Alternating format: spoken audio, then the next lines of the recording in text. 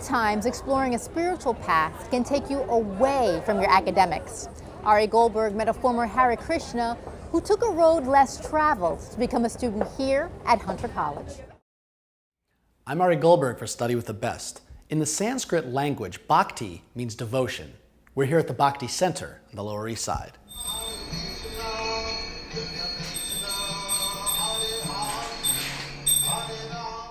Doyal Gauranga is a Hare Krishna practitioner and program director of the Bhakti Center.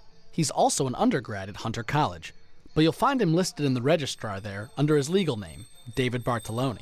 Doyal's not your given name, your birth name, so I take it you were not born into a Krishna tradition. No, I wasn't actually. I was born into a Roman Catholic family in Southern California, Italian background, and grew up going to church. And when I got into high school, junior high school even, I just started really exploring spirituality from a broader perspective. It wasn't until I got into college, somebody gave me a copy of the Bhagavad Gita, which was a text from India, and I didn't know anything. I probably couldn't find India on a map if you asked me. I'd never heard of Krishna before, never heard of, Hare Krishna or anything like that. But I was just very, very, very intrigued. And after finishing that first year of college at UC Irvine, I dropped out and I just moved into the ashram there and I became a monk. And I lived there for 5 years as a monk in the temple. From a Western stereotype cultural perspective, people probably wouldn't look at you and think monk. Being a monk for us, or for me, really had nothing to do with age or even location of living.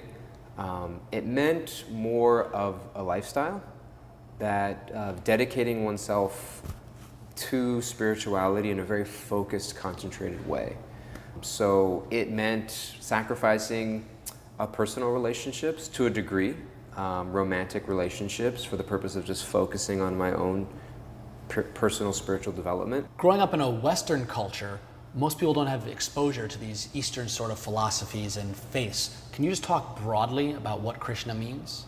In the Western world, in the 60s, it became popular as the Hare Krishnas, which was just like this kind of phrase that people associated with weird people walking around the streets in sheets and bedrobes. We practice Krishna Bhakti, which is devotion towards the Supreme, who we refer to as Krishna, which means the source of all beauty, or the most attractive and beautiful. Ways that we express our devotion in Krishna Bhakti, or as devotees of Krishna.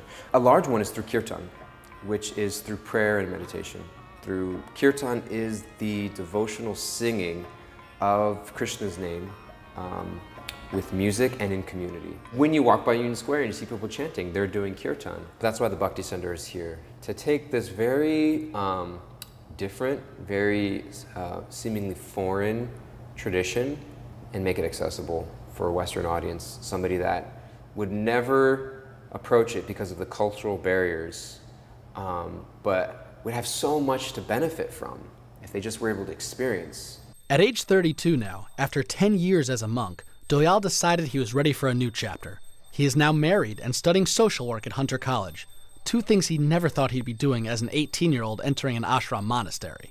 So I went back to school, I'm studying social work, and my plan is to, after getting my master's in social work, to get a license to practice therapy and counseling. I definitely see that my work here at the Bhakti Center and in my spiritual life complementing, the professional work that I want to do in social work. But just listening to people, giving people a space to tell their story, and then exploring that journey with them, and helping people kind of unpack their lives in a way that allows them to put it back together in a meaningful way.